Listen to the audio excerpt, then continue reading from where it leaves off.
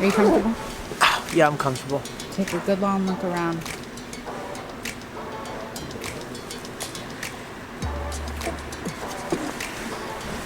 What? So what color? Turquoise. You just got internationally slugged.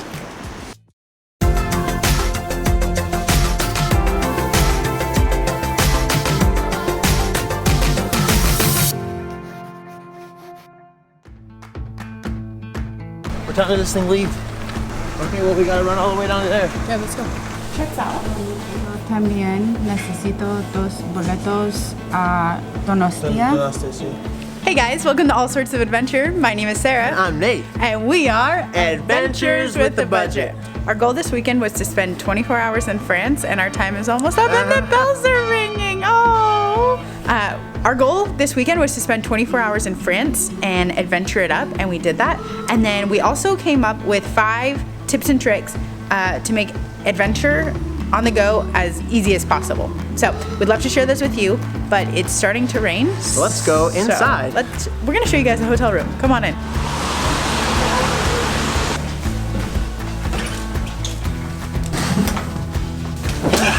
We are in France. We navigated a ton of buses, a strike, where like not the bowling kind, right, but the kind where all productivity stops. Navigated those, and we finally made it here yesterday at like 1 or 2. Nathan and I decided to come to France Friday. I think we committed Friday afternoon. Yeah, we started talking about Thursday, and on Friday afternoon we're like, okay, we're going to France on Saturday, coming back Sunday. And we know that might sound a little bit crazy. We're only 67 miles from where we live, but it's still another country. And so we were thinking about why it was relatively easy for us to be able to go to another country for 24 hours. Or what makes it as enjoyable? What makes this travel experience as enjoyable as it is? And so we kind of narrowed it down into 5 travel tips, hacks, tricks, whatever you want to call it, that make travel as enjoyable as possible, and we'd love to share those with you. But before we get into that, we just want to admire we're in France, so admire some art here with us quick in our room here, okay? So we've got this photo here, beautiful Jack and Jane with the French kiss. Ooh. Then we've got this one right next to it.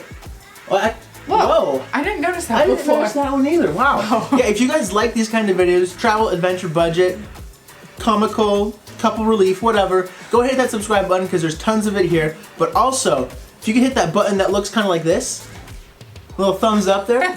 We have a passion for adventure within a budget and sharing that with others, whether it's tips and tricks or just ideas. And when you hit that button, it helps other people find this video. We're just gonna get just a little bit of candy.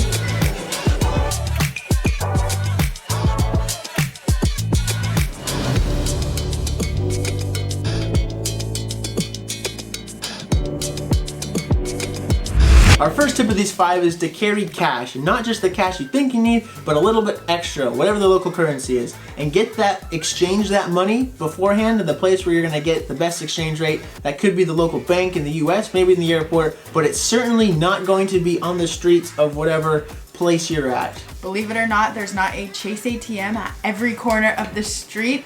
I don't even know if there's one in Europe. So, like Nathan said, make sure you have that cash with you for emergencies. You might only be able to pay with cash for some transportation, even some tourist things. Yeah. And so just do yourself a favor, carry some cash, a little extra than what you think you might need. Tip number 2 is do your research. There was a train strike, so and then buses left early, or buses left late, or buses didn't show up. Move it all, yeah. So getting here was like super interesting. That being said, if you're like, well then why would I plan at all? Here's my mindset. Yes. I don't plan for when things go right. I plan so that when everything goes wrong, we have 8 contingency plans, and we had a really enjoyable time. We got here, we partied hard, and now we're ready to go back to Spain. Would you like to join us for dinner? Nathan and I just got to Our restaurant, and we have our pizza. These are potatoes. Not pineapple. For all you pineapple haters on there with pizza. That wasn't a sentence. And then Nathan got a calzone. Got a calzone. Don't really know what all's in it except for eggs and cheese. So we're about to dig in. Yeah. Tip number 3 is to organize your documents. So this looks a lot different if you're going on a long-term trip than a short-term trip. Because our Spain trip, we're moving to Spain, we had to bring copies of everything. Proof marriage and all that stuff, which you don't have to do on your average normal trip to visit a place. But know what those documents are, have 2 to 3 copies of every document. And if you don't have CamScan, it's a great app. You can scan all of your papers and it'll put it in PDF format. So you can mail them, you can print them, and you can have them on your person at all times, which is great. And then you have less things to carry. Whether it's signing up for visas, buying certain tickets and things, or signing up for classes like our Spanish class, whatever, it just makes it easy to have that stuff all one spot accessible on your phone. And we even needed our passport for the hotel. So have all your documents ready to go and you're gonna have a great time. Our fourth tip is to be relational. This is a super short and simple point because it really just means to be friendly and interact with the local people wherever you're visiting. Some might not want to be bothered and, you know, kind of read the room. But for the most part, every time we go somewhere, we end up meeting people from the area who are able to give us the best advice, better than Google. So whether it's your front desk clerk or the bus driver maybe, or just someone you meet on the bus or transportation, ask them, interact with them, and guarantee you're going to get advice that you wouldn't have otherwise. Tip number 5, you knew it was coming. Build that budget! Just like you have a budget for your home finances, hopefully, when you're on vacation, that you still need to have a budget for that. How much money can you spend every day? On what can you spend that money on? Food, transportation, going out activities, things like that. Yeah, do you have $500 to spend on souvenirs, or does that include like the place you have to sleep? So build a budget and have your categories for what that money can be allocated towards. We also have a great video I just remembered with Grant Botma about what it looks to adventure with a budget. And one of his greatest tips is leave margin for error. Did I say that right? Leave error for margin? No, leave margin for error, because you don't want to go on your vacation and then be like, oh, I guess I can't eat today because I bought, you know, $500 in souvenirs. Okay, have a budget, stick to the budget. You're gonna go home guilt-free. It's gonna be fantastic. But wait, there's more.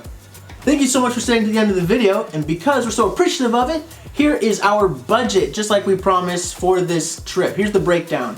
So on this trip, we wanted to spend about $150. Margin of error, we say maybe like 20%. We put it at like $30 in case for things that not go planned. Currently we're at $130. As you can see on this breakdown, we have things like simple candy for $250, or the map that Sarah and I have been wanting for a long time. But the big expenses are transportation and accommodations. So that's our budget for this trip. Thank you guys so much for watching. If you enjoyed this, you know what to do. Like, comment, subscribe, all that jazz. We'll see you next time. Continue to adventure within the budget. We gotta train the cat. Ciao.